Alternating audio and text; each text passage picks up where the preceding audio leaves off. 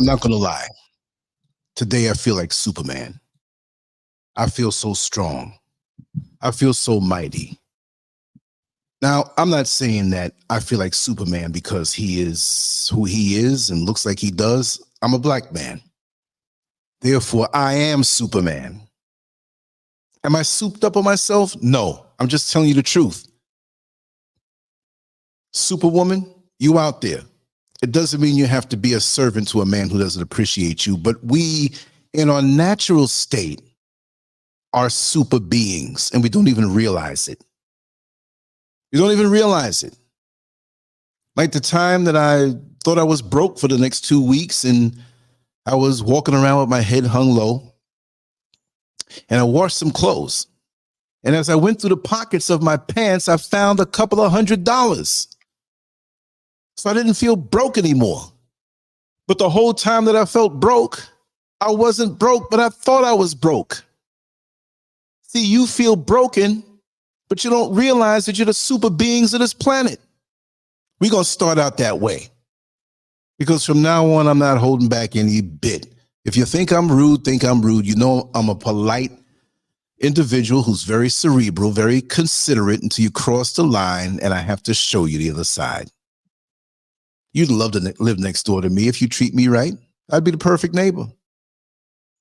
But I'd be a nightmare if not. So we got to stop thinking of ourselves so low because it's in our mind. But see, look at the title. And I want to say welcome back to another episode of LANCESCURV. To find all of the work that we've ever done over the last almost 23 years being online, that's almost a quarter of a century, closer to it than one who has been around for a year or two. We don't have to amp it up, speak it up. It is what it is. The proof is in the work and in the pudding, the body of work. Go to LANCESCURV.com if you do not see us anywhere else, because they're not going to like the kind of things we say over here and the kind of things we talk about, because it's diametrically opposed to the foolishness that they put out and try to hide their hand. It's like a person who throws a rock and then tries to hide their hand and say, I don't know who threw that rock, but you did it. Let me know how the sound is.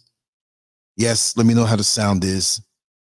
Thank you so much, Christopher, the official unscripted podcast, Oyala's Cadence, Indigo King 1111.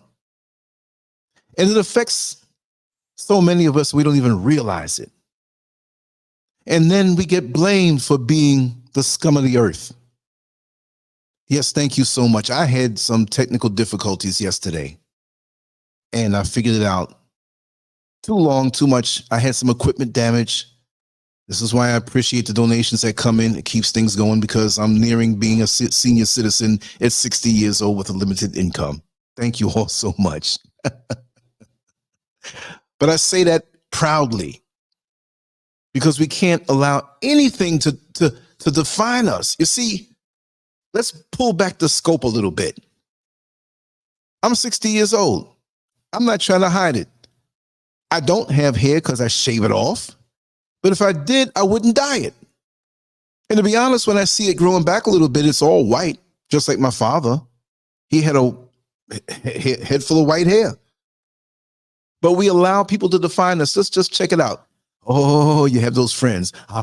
You're 60 years old, huh? I don't know. You're looking pretty good, but you know, when I was 45, I started to feel those aches and pains. Well, you were looking for it. And somebody told you that you had to have these aches and pains, therefore they defined you. And you believed it. And you manifested it. The mind is so strong, and we don't realize how strong our minds are. But when we're put in a position where we're opened up to absorbing everything around us and believing that that is reality, and therefore we should fall through with the same thing, that's very destructive. And why would anybody want to try to keep us in a place where we're not who we are? When we're vibrating at our highest, nothing can stop us. So we have to be kept vibrating at our lowest. And so we become the marionette puppet while someone else who's weaker pulls the strings. That's what it is. Let's start with the first illustration on the right. There's a brother who I will drop his information below. Comedian Schuler King. Comedian Schuler King. But I'm going to put the link down. And would you believe it? The rain is starting to drop down. What windows do I have open? You know what? When it rains, it pours. Bear with me. I'm going to run upstairs and close these windows so the rain doesn't come down. Because when I get back, we're going to come down with it. Okay, y'all. Be right back.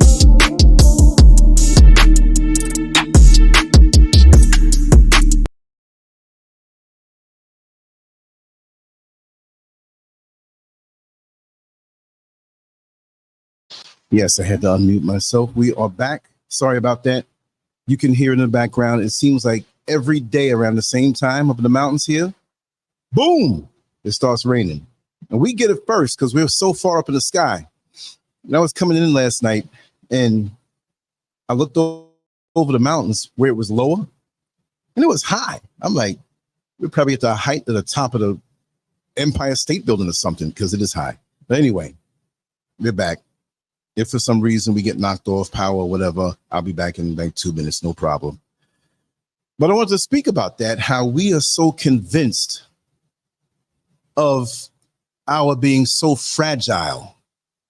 We are so convinced on how we are supposed to manifest something that we're not that. Well, who is it that orchestrates this? There's got to be somebody. This can't be by chance.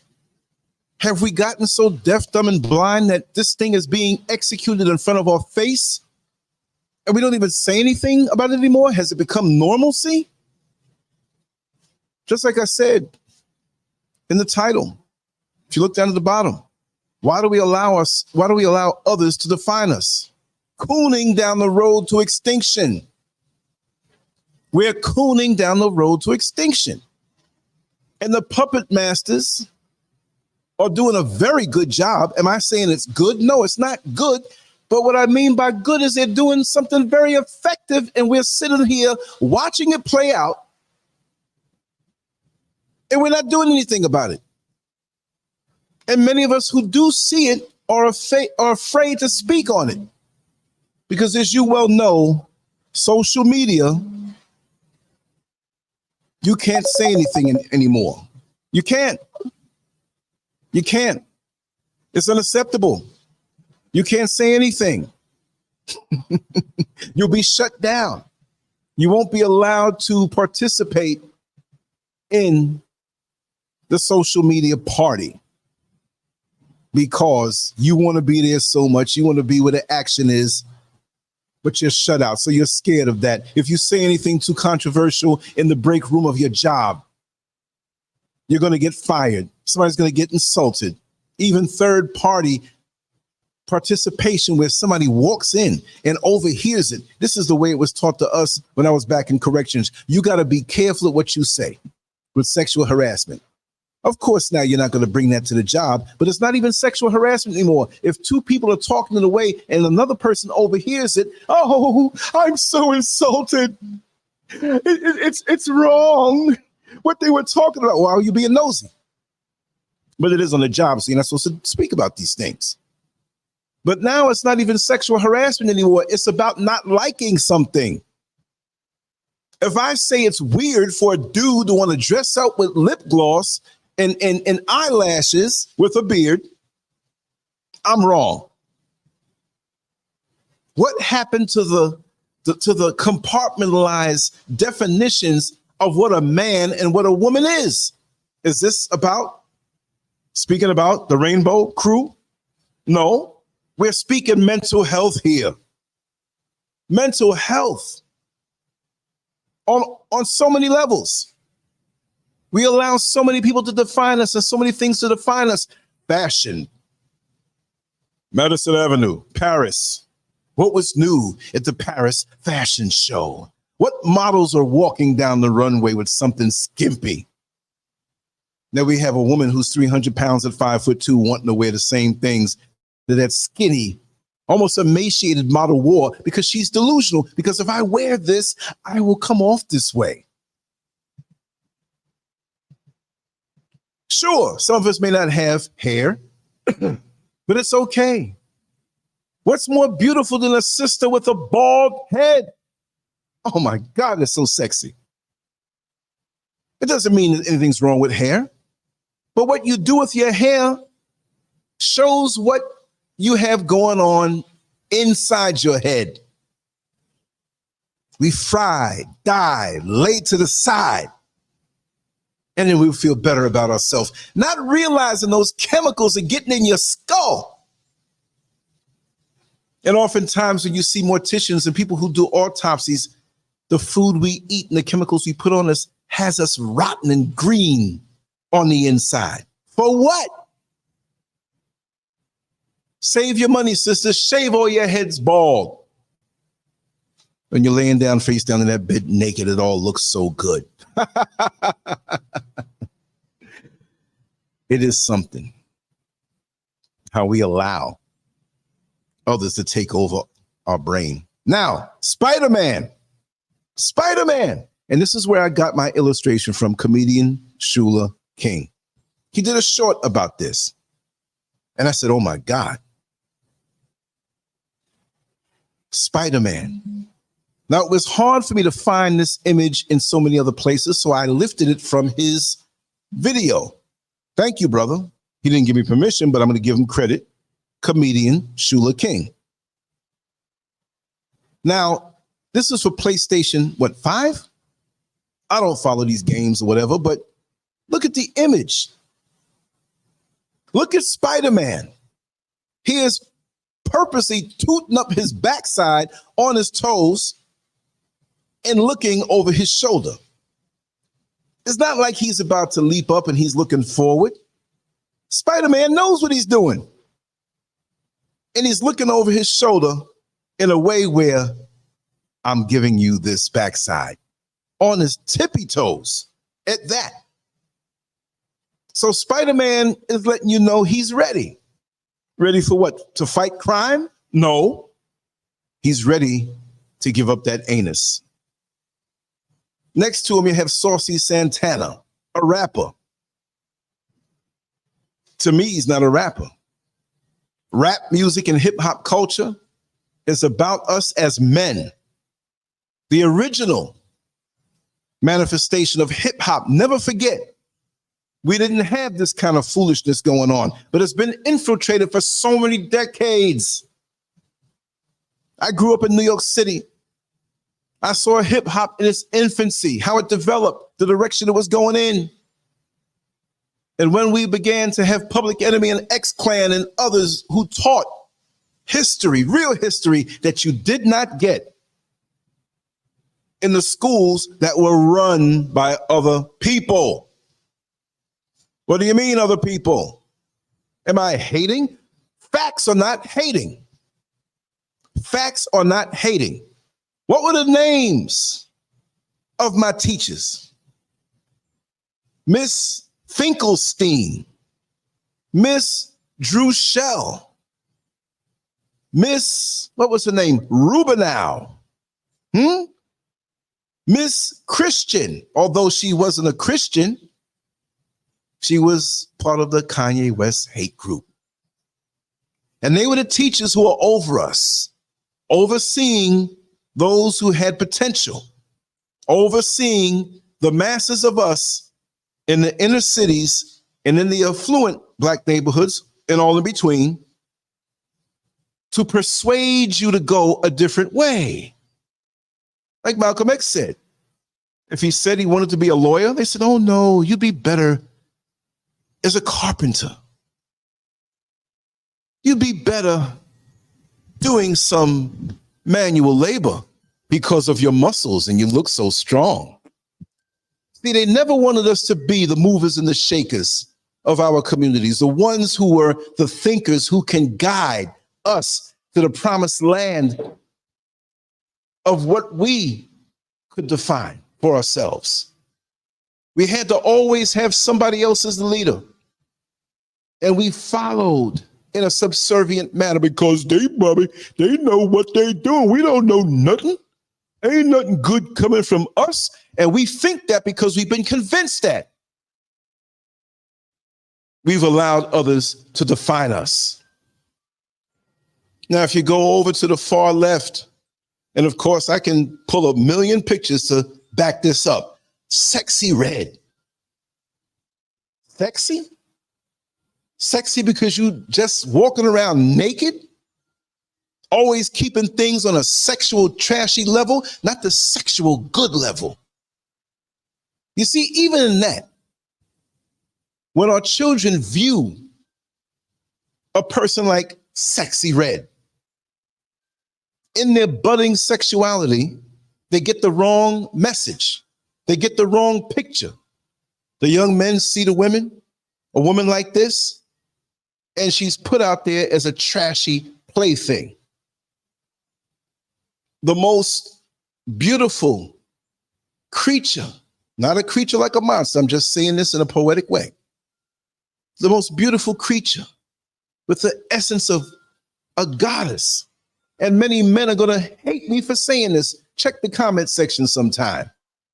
I'm not going to say the black woman is God, but she's a goddess in her fullest form. Yes, she is.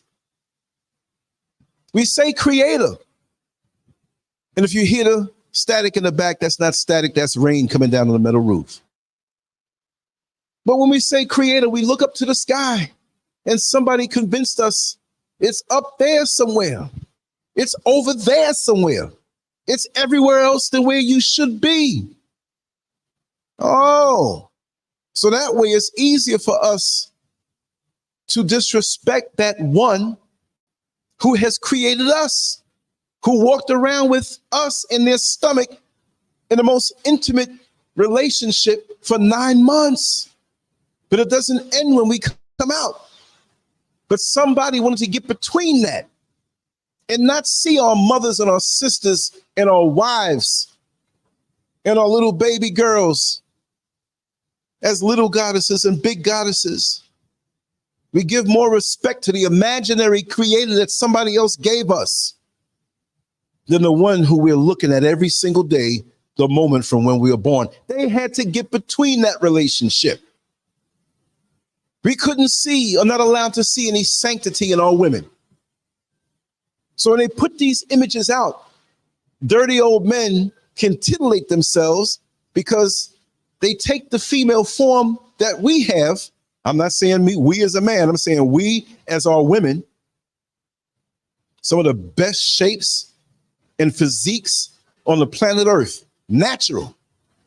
And they taint it into something to lead us down the road to extinction.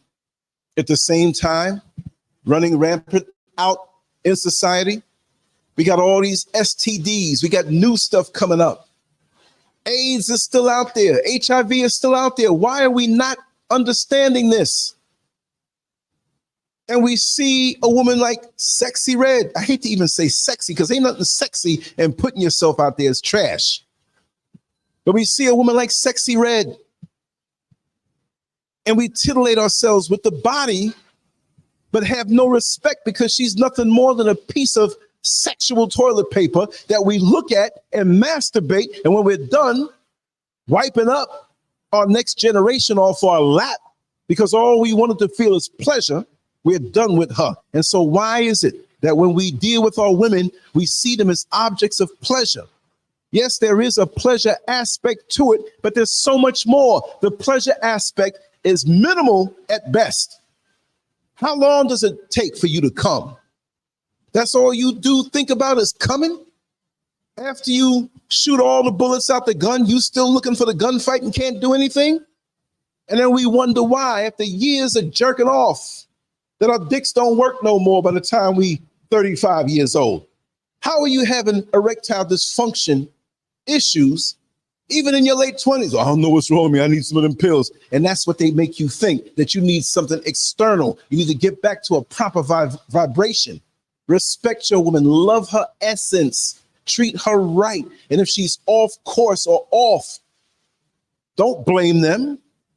Because like Minister Farrakhan said, every bad woman that you see out there, meaning not operating at the fullest vibration, is because of some man.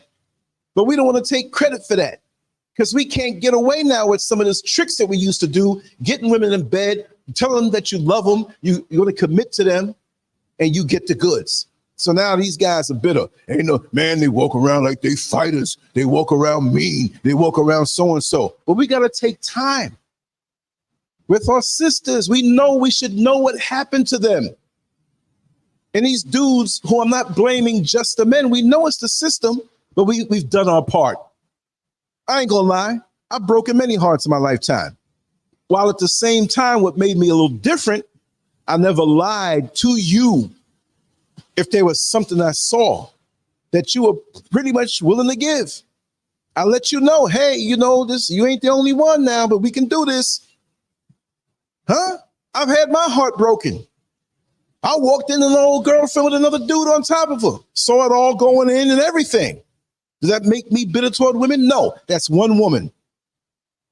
We need to have goals in our life where we are not going to change our code on how we act with each other, because now we're going down the road of extinction. Seriously. Seriously. It's something that is so sickening to me, because there's always been prostitution. There's always been fast women amongst us. But this is the expectation now, not only from the people on the outside, but for us. We don't think much of ourselves. We've allowed others to define us. Look at SpiderMan right there on the banner. Look at it. If you take the head off, if you leave the head on, it's really a very effeminate pose. So our little kids look up to Spider-Man and want to be like Spider-Man. Halloween, they walk around with the Spider-Man costume. Well, maybe they might pose a little bit like this. See, it's not one way that they come at our children and come at our subconscious mind. It's so many different ways and tactics that everywhere we turn. On the cereal box, there's somebody. Remember back there with Wheaties, Bruce Jenner. Now he's Caitlyn. They took a whole entity who was known for being a top athlete. What was it? Decathlon? It was back in the 70s. Now he's a woman. Why? Why don't you keep that to yourself? Who paid you to do this so publicly? Now they're going after the little heroes. Boy, this rain is coming down hard. They're going after the superheroes there for the children. Like people like me, I'm too old to say, you're going to be dead in a couple decades, maybe 5-10 years. We don't know. But you're not going to be effective anymore. Now we get the rappers like Sexy Red, Saucy Santana, a big behind man, a big fat linebacker looking brother put himself out there to do that. But if I wanted to say something on one of their platforms, they would shut it down because it's diametrically opposed to their agenda. Now, can you see that there's an agenda? They don't care if you see it anymore. They've been doing this for decades. And they're using the media to get directly into the minds of you and the minds of your children. It's a wrap, y'all. Like I asked the question the other day, how many black people, percentage-wise, do you think are toxic? A little toxic, a lot toxic, not just a little toxic, but very nice, or a little toxic, but you go to church, a little toxic, but you don't cuss, a little toxic, but you stay on your job and you're with your husband, you're with your wife, you don't cheat, you don't eat bad food, you're just a nice person, but you're a little toxic. Toxic is toxic. Like I said before, it's like being a little bit pregnant or a little bit of cancer. Well, I just got a little bit of AIDS. It's just my little toe. I'm just going to cut that part off. No, it don't work that way. What are you, crazy? Somebody said 85%, and I said, that might be a low number. Where are the sentinels? Where are the true, and when I say gatekeeper, they have taken that word for something else.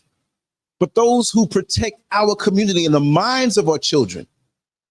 What happened to the real men? I'm calling out the real men. We've allowed others to define us. We've allowed others to define what we feel manhood is. We let this little bit of stuff in the door to be fair. No, it's not acceptable. It's not acceptable in my household. I put my foot down. You hear me? I put my foot down. And too many of y'all are so nice. Well, you know, he's a nice guy. You know, she keep hitting on me, but she's a nice person. When you clean up your house, you don't clean up. Say you had 15 rooms in your house. 10, 8, I don't know. Let's just say you had 10 rooms in your house. What you gonna do? Clean up 9 of them and leave the 10th room funky? Leave the 10th room dirty? Don't clean up and empty up the garbage can out of that 10th room? Well, your whole house is doomed to be stinking. Your whole house is doomed to be toxic. When you clean up something, you got to clean it all up. You can't leave a little bit to be nice for somebody else. The essence of a woman and the essence of a man is being redefined by somebody else who wants our extinction. And most of us are so caught up in the glitter, in the glitz of the Real Housewives or wherever, because that Real Housewives stuff, that's all over the planet. I think they have one, you know, and I'm on the outskirts of Accra, Ghana. Might as well say Accra, the greater region. And I think I saw, I don't know if they said Ghana or Accra, but I saw an advertisement for the Real Housewives of Accra. This is a systematic brainwashing technique. You can put Real Housewives of Houston, Real Housewives of Guatemala, Real Housewives of wherever, and you see the place that's closest to where you live, you're going to tune in. What a tactic. Because they know we're just numb in the brain. And so we watch these shows and these wives have all kind of drama. Some of them are just married to the man for the money. Some of them are married to the man and got another man. Some of them are married to the man and got another woman on the side. He out there working at home having orgies, licking each other. Materialistic, vain. They got to go every day and get their eyelashes done. Well, not every day, but it looked like that. For what? For what? We're being redefined and you're letting it. I have to ask myself the same question.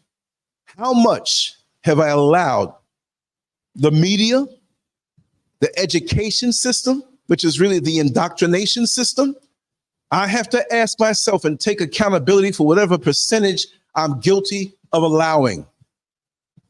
And you, my sisters and brothers, how much have you allowed where you know that it's not right, no matter what it is, and then we've been turned on each other, and people are going to be mad at me. People ask me questions in the comment section because they got butt hurt because they probably ran after a woman for pleasure, got caught up in the feelings because that thing was so good, and now they're hurt. Tough titty, but you got to suck it. If you approach her properly, let me tell you something, and I don't mean this is, and we're talking real today. We're going to talk real forevermore. Forevermore. I ain't got no time to sit here and be, oh, well, no, it'll include everybody. No. Let me tell you something. When you are a real man, but we don't know what a real man is no more, and I'm not saying I am, because maybe I'm some percentage away from vibrating at the highest that I can be. I'm not who I'm supposed to be yet. We have to think that so we continue to strive. This goes for women too. But I can only speak for myself as a man. This is what I learned, right?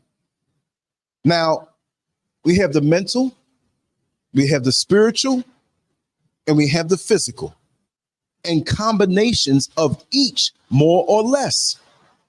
Sometimes you can have 0 spiritual, 50% mental, and 50% physical. Sometimes you can have 10% physical and 45% spiritual and 45% mental, right? Different combinations. And sometimes it could be all of the one as we move through the earth. So as we move through our day, we encounter people, we may offer up more of the spiritual side of our conversation. Brothers, you see that chick with the nice backside, pretty face? You going at her with in the cerebral or the spiritual, there's a whole lot of physical going on there. So we are shapeshifters in ways that we don't even see. And you got to check yourself. Me too. I got to check myself. I'm not saying nothing to nobody that I do not do to myself. I'm up here like a monk. You hear the rain? Ain't nobody around me. I'm like a monk here every day, and I'm catching downloads left and right. I'm catching downloads left and right, y'all. It's driving me crazy in a good way.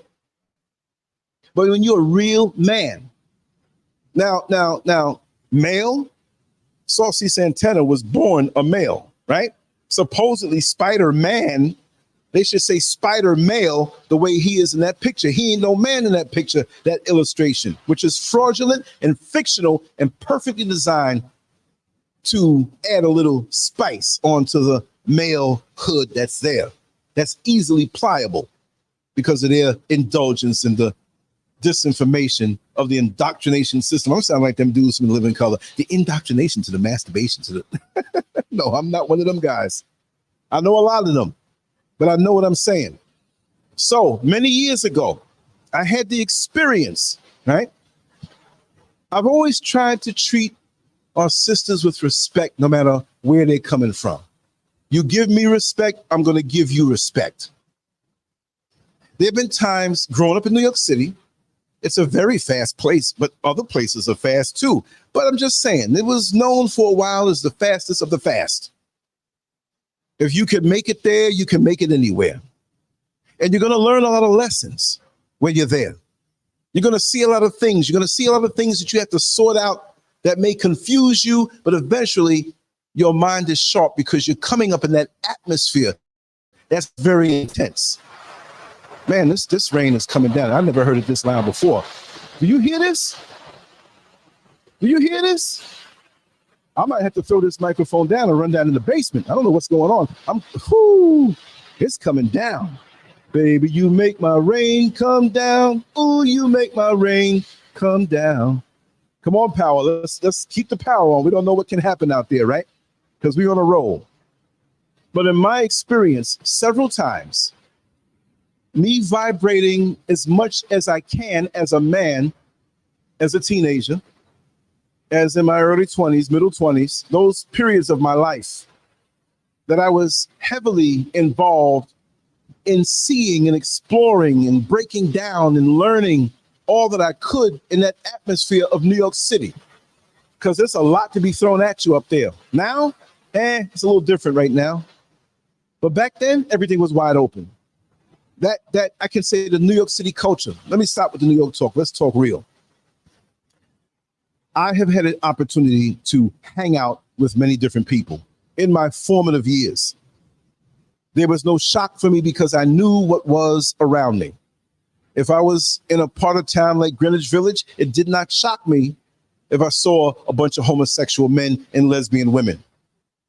If I was on the more affluent part of town, the Upper East Side, it didn't shock me when I saw Bentleys parked out in front of a restaurant and people who had so much money, if you took $1 million or $2 from them, they wouldn't even realize it.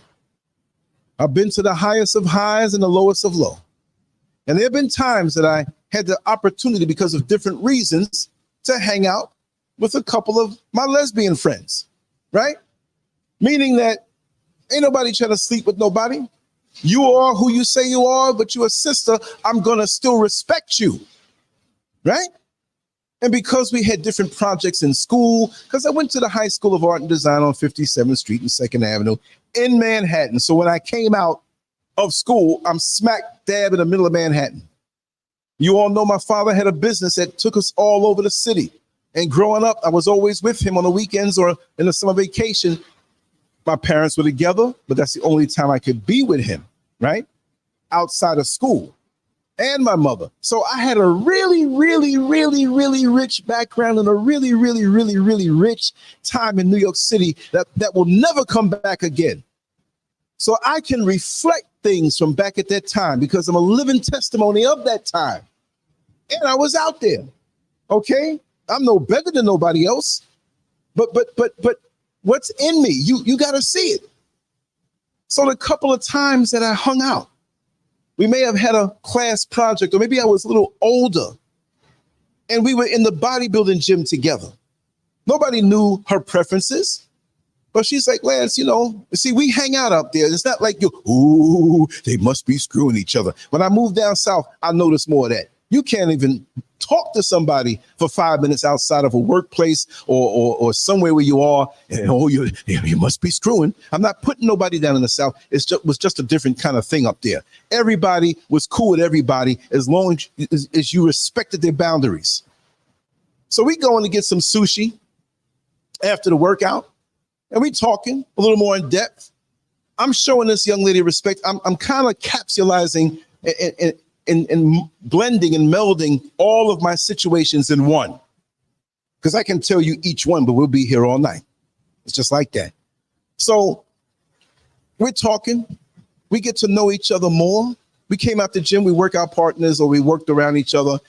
And so it's like, Lance, you're a cool guy. I really like you. So yeah, I like your energy too. What you doing tomorrow night? Well, I'm supposed to go over to the bookstore. One of my girlfriends, we ain't really seeing each other, but she likes me and everything. But you know what? Why don't you come along? I'd love to. So now we go down to Strand Books. I don't think it's there no more, on 57th Street, right off of Broadway. Really huge bookstore. I don't think many people have seen a bookstore that huge, right? The whole first floor was huge. They had a basement that was huge. Any kind of book you wanted, it was there. Long before we had Amazon, right? So we go into the Strand bookstore, we're hanging out. And so the young lady that was hanging out with my friend, she had to go after a while. So she's like, Lance, what are you doing later on? I said, no, let's hang out. And I would always treat her like I would treat anybody else. I'd hold the door for her. I wouldn't be hitting on her because I knew what her preferences were, so she said. But I always tried to vibrate at my highest, right? And the beautiful thing is, she began to melt. I wasn't trying to get her in the bed, but she's like, Lance, I ain't gonna lie, I never felt this for any man before, but I really enjoyed being around you. And I'm like, well, listen, I'm having a ball with you, and I want to spend more time with you as much as we can, but I'm not trying to encroach on your personal life. She's like, listen, Lance, you were already a part of my personal life. What's up? That's what you mean, what's up? Because she was a little aggressive, as many of them are. I said, I was like, I didn't know what she was saying. She's like, listen, I'm always open for new things, but the way you treated me, no man has ever treated me with so much respect. And I've been checking out your style. I see how you treat those other women in the gym. I see how you're polite, but you're very aggressive when you're working out. But you're a teddy bear, and I like that. And I want to know if we can kind of see each other. So I said, well, listen, I'm gonna be honest with you. I like the way you look. I like the way you talk. You got your other things going on, which I don't know about. You've told me, right? I ain't trying to change nobody, but we can hang as much as you want, because I am attracted to you. Well, Lance, I'm attracted to you too. So can we call this official? I said, well, you got to define the other parts of you now.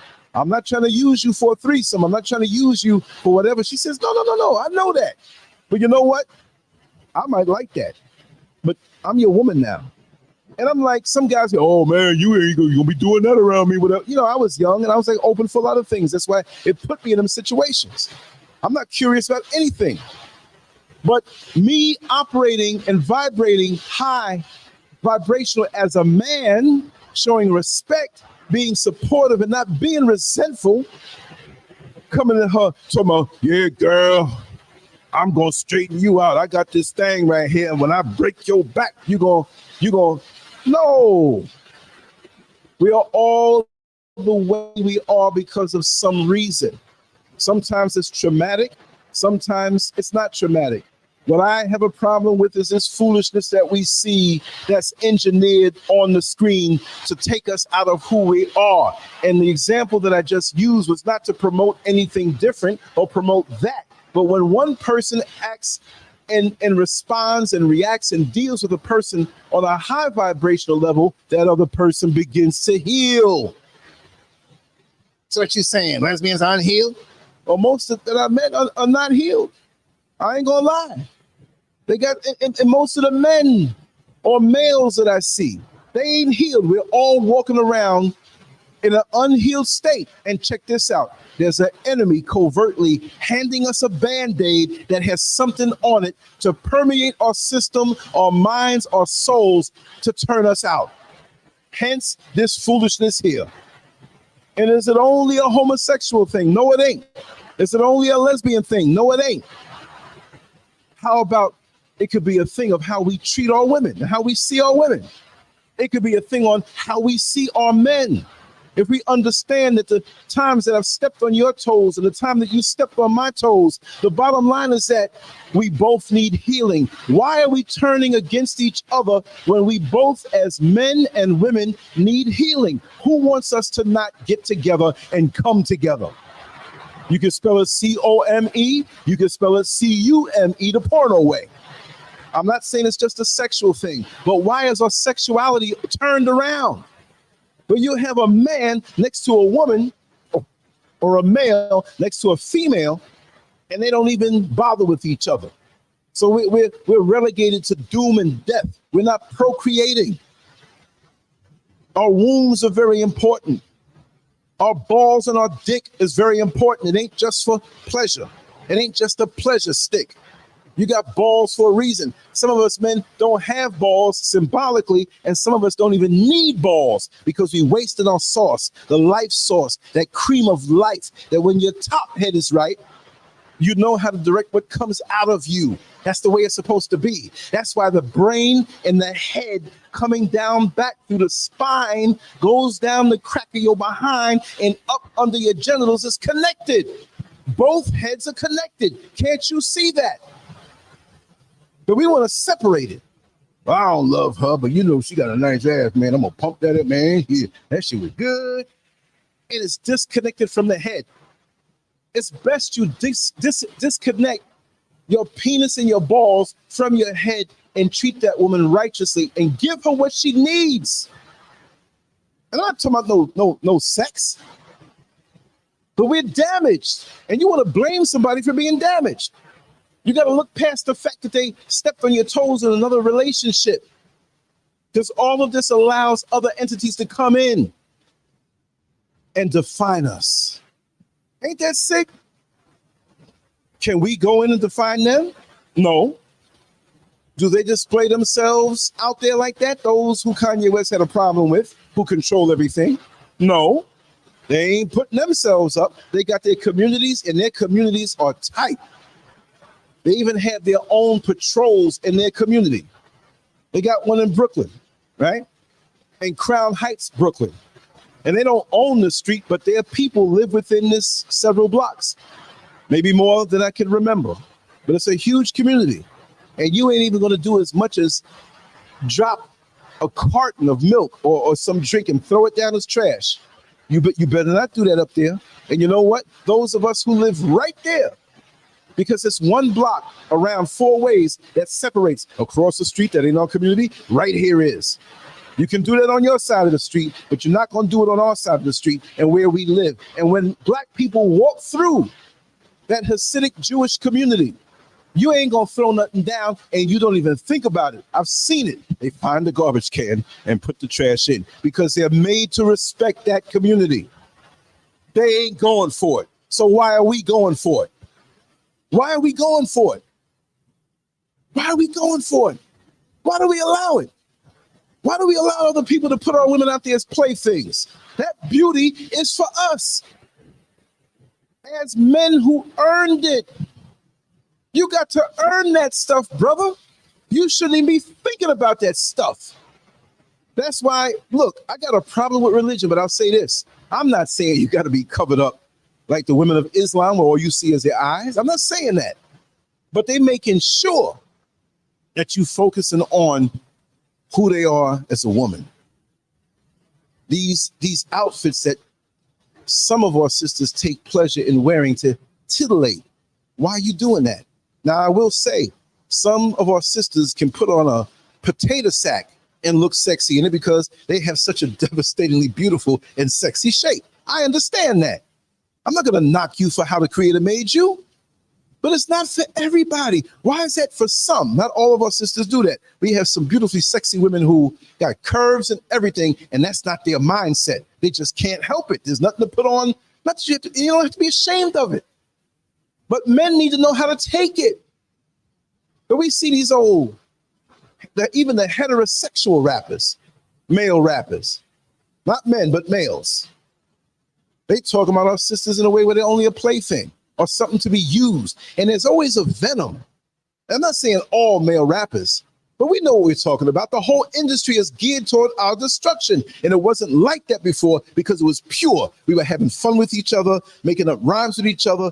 Look, when it came to be in the Bronx, New York, they would rather rap and pop dance and do break dancing. And that was their way of battling. What happened to battling that way? Where we don't pull out a gun or a knife or look to punch somebody in the face or hit them over the head with a chair. What happened to that? That's unacceptable now. What happened to real men, real women?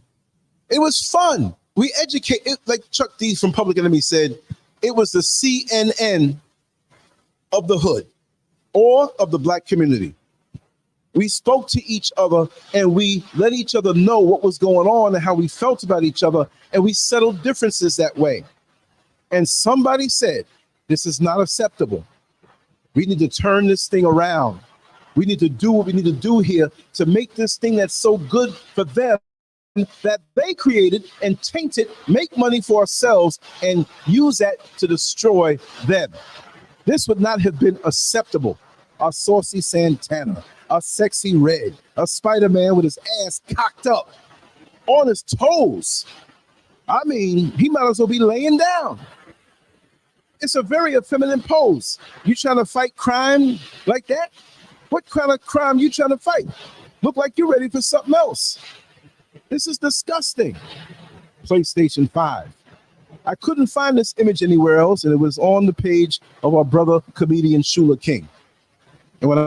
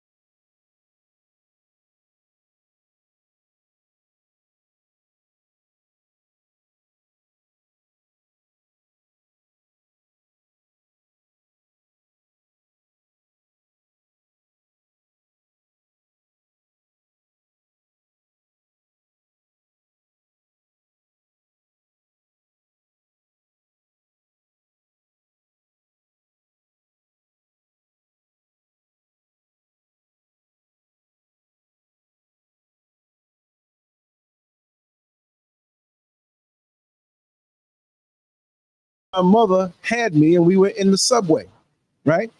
We were in the subway. We were going somewhere, and just let me know, oh God, no sound? Okay, we're going to come with it. Okay, give me a few.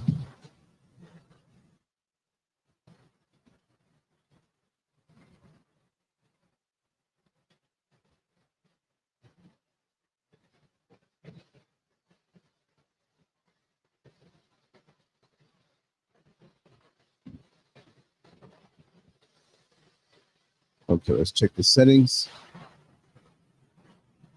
Okay, this is in. Okay, let's see what else is in.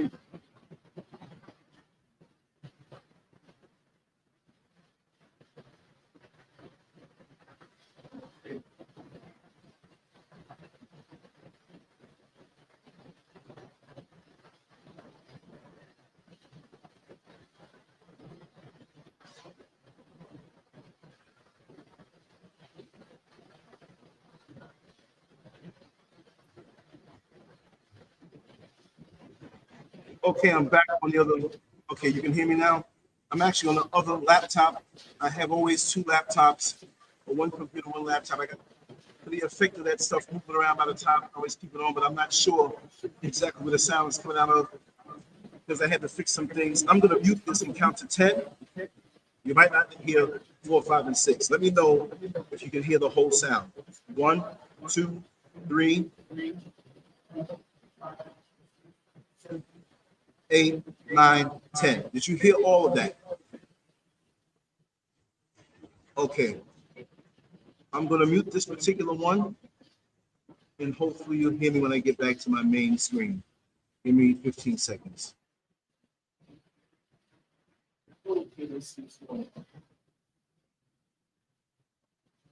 Everything's coming down harder and harder. Okay, can you hear me now? Let me know if you can hear me now. Oh, thank you, Priscilla. Priscilla Body, thank you so much. Everything really, really helps. Trust me. I'm not on a job in America right now. Can you hear me now? Okay, thank you so much. I know what it is. I lost the connection to my Wi-Fi on my other computer that has a bad sounding fan. I just want to say, this is what I want to say. As far as my equipment is concerned, right? I have some really nice pieces that I worked for over the years. If anybody has anything they're not using, like an old laptop or old microphone, wires, whatever have you, I can give you an address to send it to in the States, and I can use it out here for sure. See, I can definitely use it out here for sure. And like I said, all donations are appreciated because we're going down to the wire with so many different things, and it really helps a lot. So the sound is good, but thank you so much, Priscilla. And thank you all just for being here. Whoever can only just share and like and put other people to it, fine. But let's get back on the flow. And I gotta tell you, it is coming. I don't know. Maybe this is like the creator saying, yes, I approve of you. Go ahead and keep talking. I'm sending down rain on the plants. Make the mangoes sweeter and the other fruits better, right? The papaya's better. Anyway, like I said, when we vibrate at our highest, it's a threat to someone. It's a threat to someone. Someone don't like it.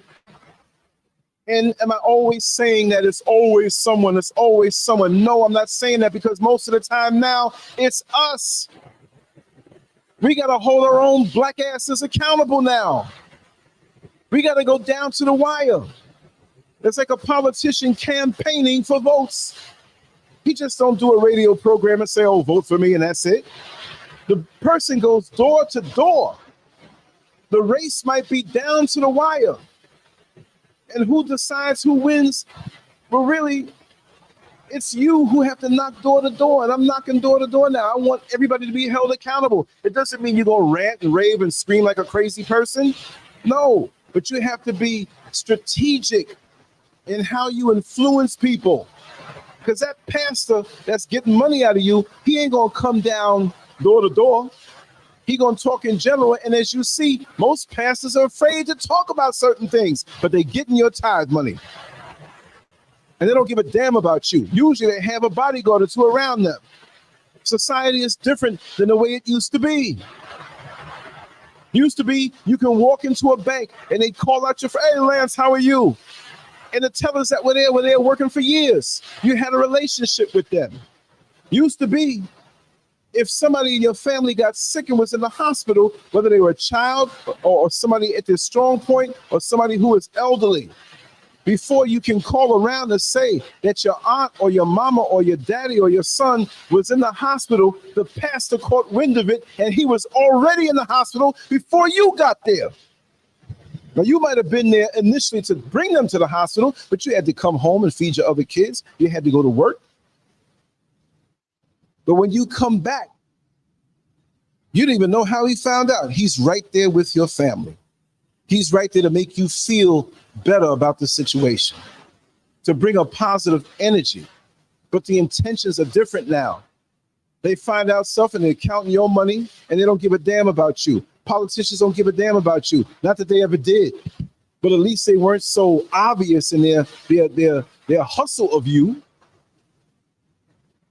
This world is an illusion and it's all a game.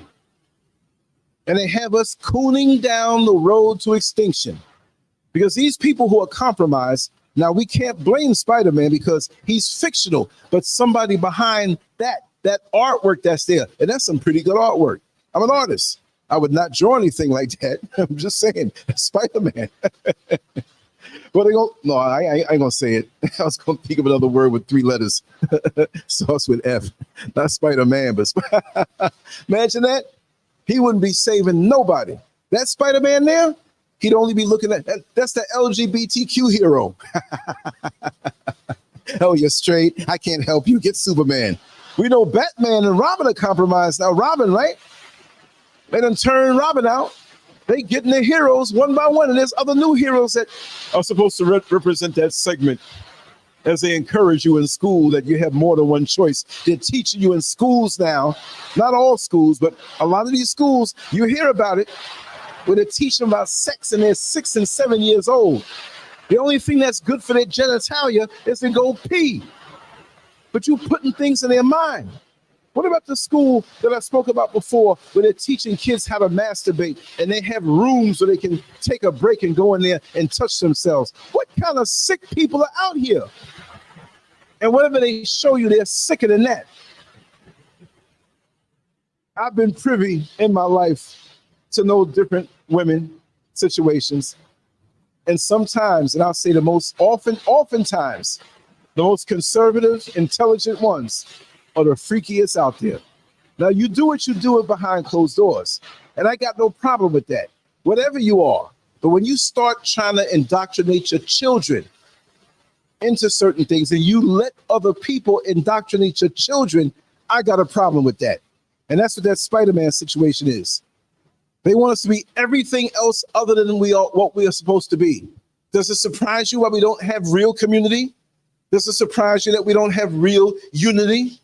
And like I said yesterday on the show, when I was speaking about toxic Black people, imagine we took all of our talents, all of our abilities, all of our drive, all of our spiritual strength across the world and came together and built something for ourselves. We don't produce nothing.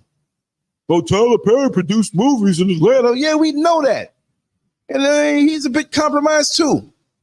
On the down low, he's a bit compromised. Come on now. Yeah. We can say it's wonderful and he employs people and he employs some of us. Fine. But is he going to speak about the issues that the majority of us need to hear about? Is he going to go against the Hollywood that he's part of, even though he has his own studio? Is he going to bring that out? Don't let me get a couple $1 million and make me get a studio.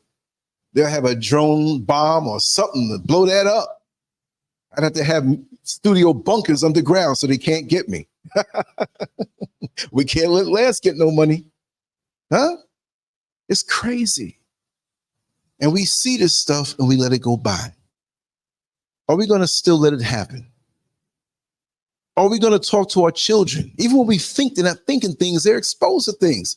You think because they're home with you, and I don't have that type of stuff in my house, you got a computer. They got a smartphone. What you think they're looking at? It may not always be filth, but curiosity when you're a child is going to take you places.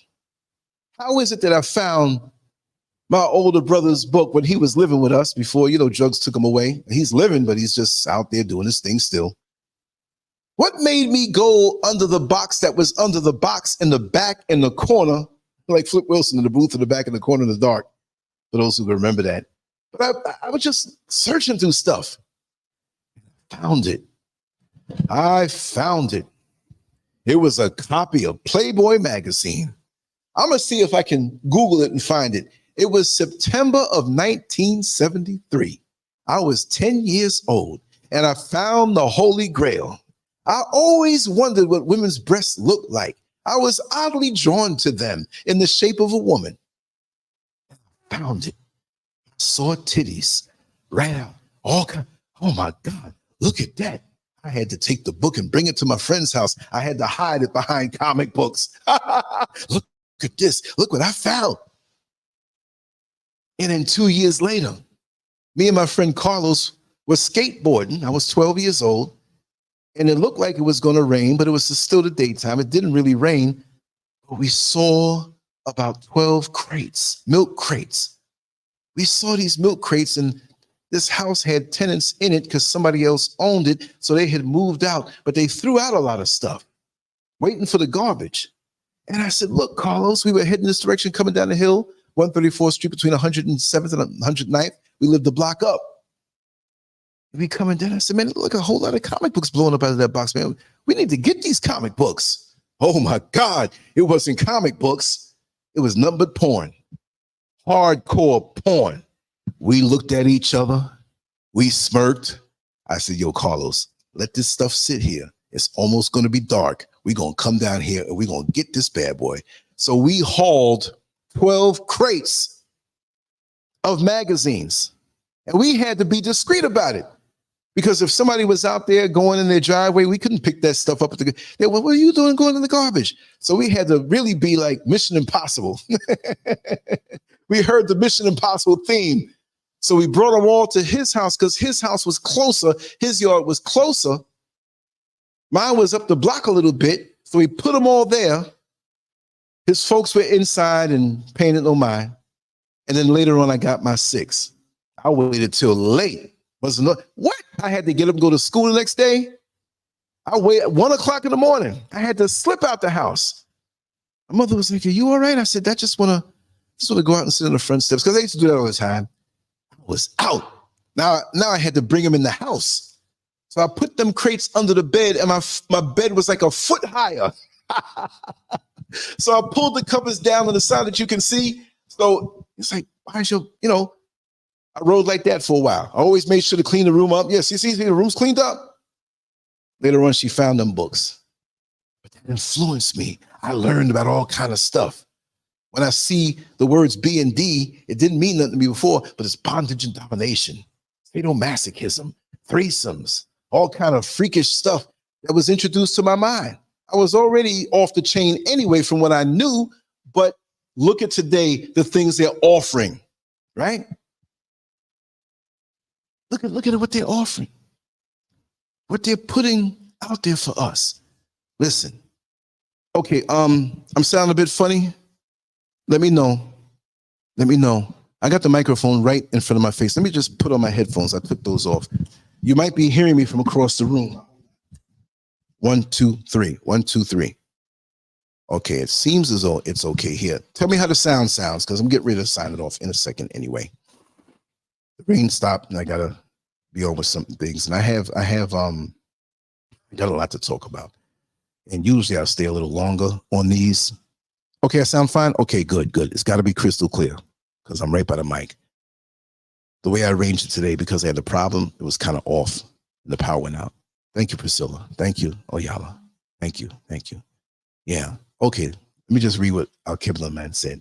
Back in the day, you had Playboy, Hustler, Penthouse magazines, and many other sex magazines. Like Richard Price used to say, I never knew pussy was as good as my hand. Oh! But the conditioning, let me tell you, even us as black men, and you can remember this, SpiderMan, because I know we're in the same age group, right?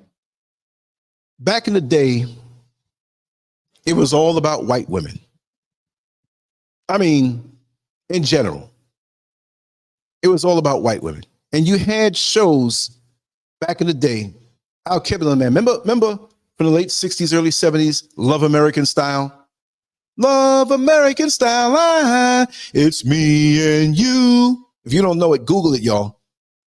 They had white women in short skirts and tightened breasts, and a lot of young black men, they didn't see their sisters. So in their formative years of testosterone rushing their system, they latched on to that. You understand? So that whole slave thing where the forbidden fruit was Missy Ann, the slave master's wife, continued in our subconscious mind. Thank the creator that even though it was a white woman in the magazine, I saw her breasts and her bush, they didn't have any gaping vaginal opening, pulled out, whatever. Ultimately, you know, it's all about my sisters. And that's what it was. Because that was a potent thing to hit me. I'm in love with black women. I don't hate nobody, but I'm in love with my sisters. They're beautiful. Mr. Scurv understands when I say that. It's not like, oh, I'm going to go out there and get me more. You stay here. No. I'm an artist. I'm an empath. I'm an abstract thinker and very cerebral. And you are beautiful, not just because of the body, but how the body connects to the essence. And see, what the enemy knows is that our sexuality is extremely potent and powerful. And they have used that against us to twist it up. Just like when they change things and modify foods, GMO foods, they can take a molecule here and twist it around and enhance it and join it with other things. Right? Just like when you have a hybrid vehicle and it runs on electric and it runs on gas. So you're running on electric, but when the electric runs down, before you charge it up, you have a little gas to keep you going.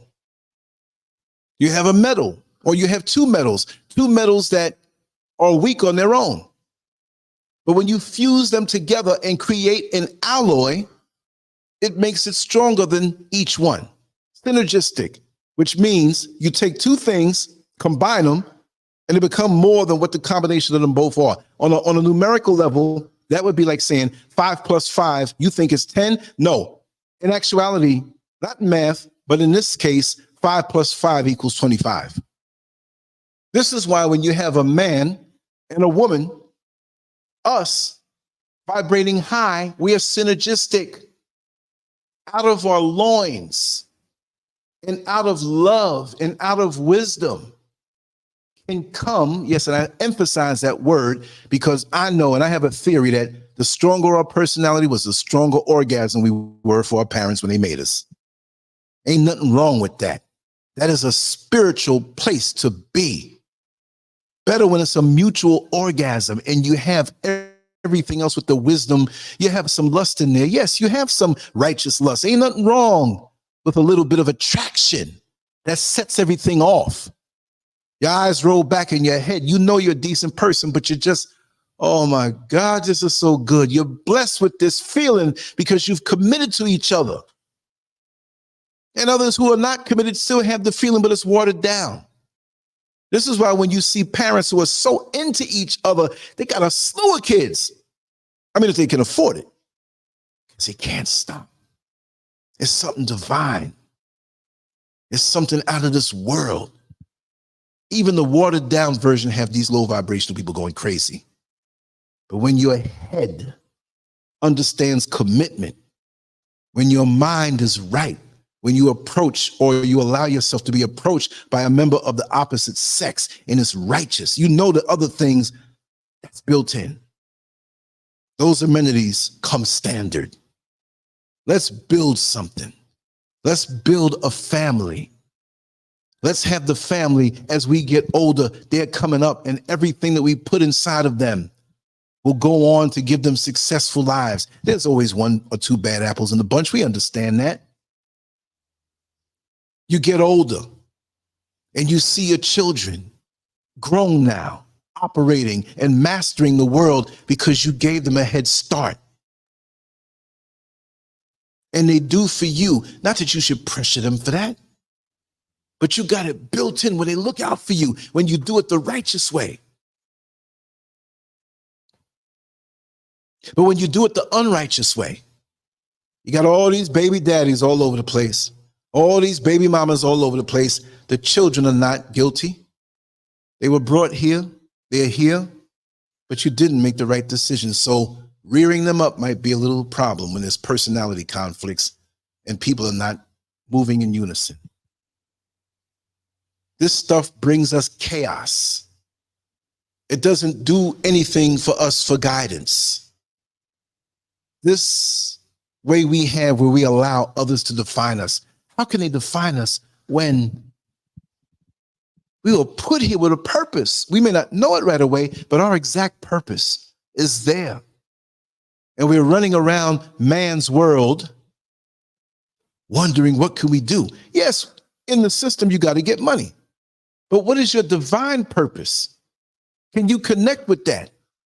Or do you think, and this is why so many people are on jobs and hate the job, because they don't know their divine purpose. When I worked in a jail, when I worked in a prison, when I was driving a bus, I knew my purpose. That thing didn't bother me because I said to myself, one day I'm not going to be here. One day I'm not going to be here. My purpose is bigger than this job. Even if it's something you went to college for and it's a career, cool, you're there, but that's not you. That's not your divine purpose. You may use what you do to become something on a divine level, an offshoot of something that you control, but you're thinking something so small where you're hired. You might be a supervisor or even an admin. That's man's world. And that comes because, yes, we have to make money. I understand that. But we're allowing ourselves to just focus on what's earthly. How are you affecting people? How are you influencing people? How are you influencing your people? Because it's damn sure out here where somebody else is influencing on people. You may go to work and get the money. When you come home, the minds of your children have been corrupted right up under your nose. How do you explain that? Well, your children for now are your divine purpose. They've been given to you. You manufactured them, but it's your job to rear them so that when they go out into the world, they ain't with this foolishness. It's got to break your heart when you think or see that. Oh, man, the system done got to them. Look at them now. You see your son sashaying us around. You don't really want that. You still going to love them, but you've been messed up. Our children on drugs, they've been messed up. They weren't that when you had them and held them in your arms the first time. You didn't say, oh, I love you, even though you're going to be a little crackhead. I love mama will always love. You didn't say that. You said, oh, the traditional things we say, they could be a doctor. They could be a lawyer. Not that doctor or lawyer is the epitome, but you thought high for them. The highest. Again, not that that's the highest. You didn't think the lowest. So it's got to break your heart. Oh, this little girl, she's going to be out there sucking everybody's dick. I love her. I'm sorry I have to talk this way, but it is. And ain't nothing wrong with doing that to your man that you committed to. Whether you spit or swallow, it don't matter. You could never be a whore with the one that you're committed to. You can even act whorish with the one you're committed to, and they know you're the highest of high. If you choose to go down that variant on the marriage bed or commitment bed, because when we say marriage bed don't mean nothing these days.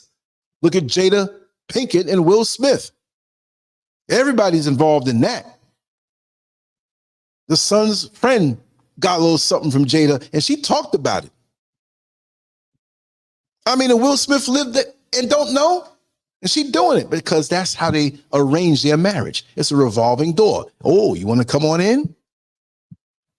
Who is it? It was P. Diddy's bodyguard who revealed in an interview, and it was something that just played not over and over, but you know how you have the playlist thingy and the new stuff just keeps playing. I wasn't paying no mind. I was just doing my thing, but I could filter things out. And so it got interesting for a while. And Diddy, Doody, whatever his name is, Puff Daddy, Puffy or whatever. I heard in Europe, Puffy meant something homosexual. Correct me if I'm wrong. I don't know. I heard that. Somebody told me that. But he was dating Jennifer Lopez. And they say Will Smith and Jada Pinkett Smith were at this same party that they were in. Or at, to say it abominably. They at, that's where they at. And Diddy got mad because they realized that Will Smith and Jada Pinkett Smith were trying to snatch Jennifer Lopez for a threesome. They didn't walk up and say, this is what we want you for, but they realized the vibes that were going on, and he was very angry. He acted out, but I think he got the bodyguard to say something to him, like, back up. So now they have these issues, and our children are watching this. But we are not strong enough in our homes to lay down the law. And we have to also not try to keep things away from them, but tell them what it is. As a man, now my mother as a woman and a mother, she did her part. But as a man, my father took, and I keep saying it every damn show, as much as I can. From 6, 7, 8 years old, he took me around in Harlem, Washington Heights, parts of Brooklyn, and showed me the streets raw. This is how I can talk the way I do now. And there was no curiosity to what was going on. I won't tell all the stories because you've heard it before, most of you. But I had no curiosity because I could see the end of a bad choice and a bad lifestyle in drugs or trying to pimp women or being in the underworld and all that stuff. He even let me meet people who are in it. And before I was 6 years old, I'll tell you this one. My father's shop where he kept his machines and all of his equipment. By this point, we lived in Queens, but that was 2 blocks away from where the apartment was, but he chose to still keep his stuff there. That way he didn't have to bring all this machinery back to the house and lift it up and put it in. Sometimes he did that. So we're at the shop. And I know it was around 6, 6.5, or before 6. I'm a little boy. And so Johnny, the numbers man, who was involved in other things in the underworld, I'll never forget his face. He looks like the twin of boxing promoter Murad Muhammad, if you want to know what Johnny looks like. Murad Muhammad, right? And the bottom line is that he asked my father, could he give me a couple dollars? And my father said yes. But even though he was a numbers man and in the underworld, I don't know what he had his hands in. Otherwise, I was a kid, but thinking back, I knew he was a numbers dude. It was a restaurant that he had, but it was a number spot where you play what they say the illegal numbers, like the lottery. Everybody goes in there with the combination, 3 numbers you pick. You can combine them. You can play them single, straight. I was a hip little kid. I knew about that stuff. And the old ladies would come in and they had dream books, little pamphlets where they had all these numbers on it. And some older woman coming out of church, I dreamt about that number. I'm going to play it. It's in the dream book. I'm going to play 769 because I had 3 friends die. I believe 769 was the number of death in that whole numbers culture. So people in that age group started being scared. You know, I kept seeing 769, so I'm going to stay in this week. Well, 769 is going to be 769. You might stay in for the week and think you avoid an accident. And the moment you go outside, here it come. A brick falls off a building or a gargoyle or something and hits you in the head. 769. But our people are so, how can I say it? Superstitious. That's the spiritual side of us gone awry, gone out of control. Because we got to control that. But after, because my father allowed him to, he handed it to him. He said, no, you can give it to him straight. Because Johnny, even though he was even in the underworld, he had a sense of decency about him. And that's not decent, the things he was doing. Because I found out later on that he might have run some brothels. I can't respect that, putting our sisters out there like that. But even then, the so-called bad guys, the guys who were doing stuff that it was illegal, so-called, they had a code about them. They were not going to act out or do certain things in the general public. So what was it, about $20? $20. This had to be 1969 or 68 or whatever. 5 years old, almost 6. I was 6 years old in April 8th, 1969. And it had to be either going into the winter or coming out the winter because I remember everybody was not dressed heavy, but it wasn't summertime. So after I thanked him, kind of pat me on the head, and he went over a few feet. I'm still standing in front of the shop. My father went in, and everybody knew us. And it wasn't nobody going to snatch me. But he was right there where he could see me. At that very moment, just like that, I had the money still in my hand. Didn't even get warm yet. 2 cars pulled up. I don't know if they had Lincoln Town cars per se at that time, but it was that kind of style. Because I can't remember that. But these 2 cars pulled up. And I remember the dudes were like, had these big coats on, just like the movies. Big, wide brim hats and the coats, long coats. The car pulled up swift and the guy jumped out the car and shot up Johnny. I was scared. I didn't know anything about this. Those things were loud. My father reached out and snatched me in just that quick. And it was hard. I think it hurt my arm. But I'd rather have a hurt arm from a father that cares about me than a cowardly father who would have ran to the back and not give a damn about me. But it was enough. I mean, this man was maybe 8 feet away from me. And I'm looking at these guys. They didn't say, oh, he's seen it as a witness, let's shoot him too. Even them guys, they had a target, they aimed at it, that was it. They could have sprayed up everything. There were other people out there. But back in those days, they knew, everybody knew. Unless it was something random, which was rare, very rare. If somebody came for you like that, that means you did something. That's what that meant. And you see all the gossipy ladies out there later on. We know Johnny was into some stuff, but he must have did somebody wrong. He must have kept somebody's money that he owed. He must have been screwing around with somebody's woman. Woman. That's us. We have different ways of saying things. But that's what it was. Now, you can get shot up on anything because our children are so void of the connectedness that we need in our communities and in our families, and they seek love from somewhere else. And that so-called rites of passage, yeah, that's what it is.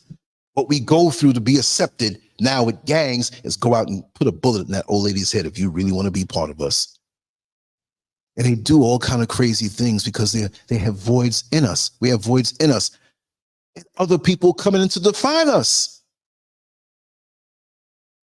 It's just crazy how we're wide open. And I'm going to continue with this, just like we did the one about toxic Black people. I'm going to come back with that one again in a different title.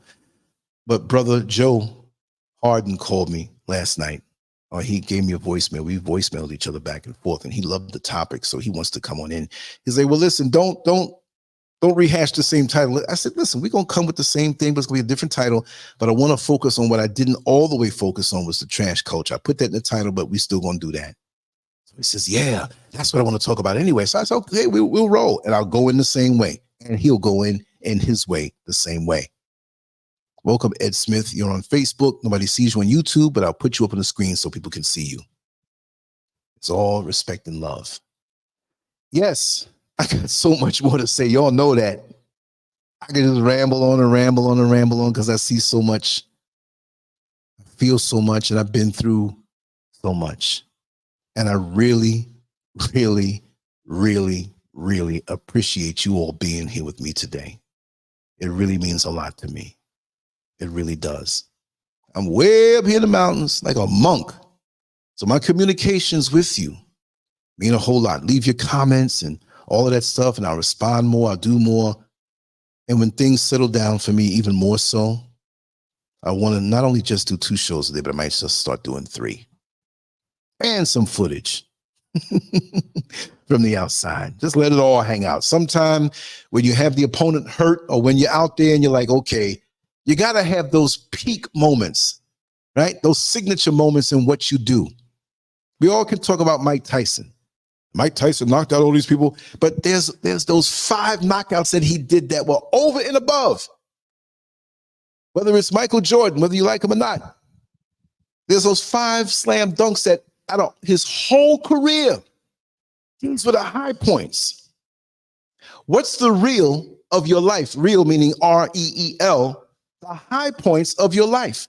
Enjoy all of it. But what are you producing that when you're from this level and they speak about your legacy, if you have one, well, you're going to have one now, whether you like it or not.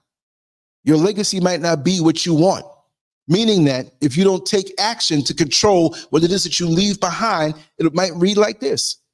Yeah, that brother was a nice guy, man, but he was a hell of a crackhead, man. You couldn't keep nothing around. Man, he would steal everything. Well, if that's what you allowed, that's what they're going to say. The pastor can rewrite your life and make it sound good at the funeral. Everybody rolling their eyes, looking at each other. Now, you know that damn pastor's a liar. That damn pastor's a really good, he writes something real good because you know that wasn't what it is. Might be a man who's a womanizer. You see them old sexy 10 ladies sitting around crying that back there? He was dealing with all of them. It's going to come out. Clean the history on your computer because you might die. Take them naked pictures that you send to everybody because you might die and it might get the phone. I'm just messing with y'all. Just walk in a way where live today as though it's your last. I'm not being gory, but exude and take control and do the things you need to do that you know are right for you. Don't be influenced by the outside world. Don't allow others to define you. How dare you allow that? You rolling with the dirt they put out on stuff in your mind. Correct the children. Tell them the right thing to do. Walk straight. Walking straight, people can see that you live a certain way. After my mother passed away, I received so many letters to the house of people that didn't know her all the way and comments in real life. I found out about your mother. Yeah, I'm so sorry, but she carried herself with such dignity. She was so helpful. I can see the love on her. My mother was an empath. And she was always maybe in a state of pain because she would absorb pain and take your pain away. That was just how she was naturally. If you remember this episode of Star Trek, the original with Captain Kirk and Mr. Spock, they had an episode called The Empath. And while they didn't get so deep into the spiritual aspects of it, that if you had a wound, a stab wound, and this woman would touch your arm, the wound would go away and the pain would go away. And you'd see the pain on her face as she grimaced and took it. That's how she was. We need to be able to look past the pain that other people are in. I'm not saying just take it up like, oh, you're 3 months behind your rent, I'll pay it. I don't mean that. But take down the barriers and reach out and say, sister and brother, you're appreciated. I understand what you're going through. Let's see how we can work it out. If we were self-healing like everything in nature is, and we're supposed to be, we'd be a community and nothing can infiltrate our minds. To be the mockery of what we're supposed to be. They're making fun of us. They got most of us. We're indulging in the filth. What's the next step? To put a plate of feces in front of us and scoop it up and eat it and go, this is good. Good. Good. That's how Campbell's doodle is. Good. And they're going to have somebody black doing it too. The other day I saw a rapper, don't even know who it is, don't even care. Picked a girl from the audience. I know y'all saw this. Had her sitting up in a chair and told her, I don't know what he said something, but she was so starstruck and so happy to be the one pulled up out the audience. And she sat in a chair facing the audience. And I know he told her, I got to spit in your mouth. And he stood behind her, had the mic in his hand. He tilted her head back with her mouth wide open, like you at the dentist. He hawked up and she had it in her mouth. Did she spit it out? No, that's too late already. She swallows it. And what you do behind closed doors with your man, that's one thing. Because I can get kind of freaky myself. But you so starstruck and so much with low self-esteem that you allow this? We done lost our minds. We done lost our minds. Anyway, let me get ready to skedaddle. I wish I can go on for a couple more hours. I got so much. This is like a meal that the cab's coming soon. Take 2 more bites because we got to get out of here. Put the food in the fridge. We'll eat it later. That's what it is with me right now. I got to run.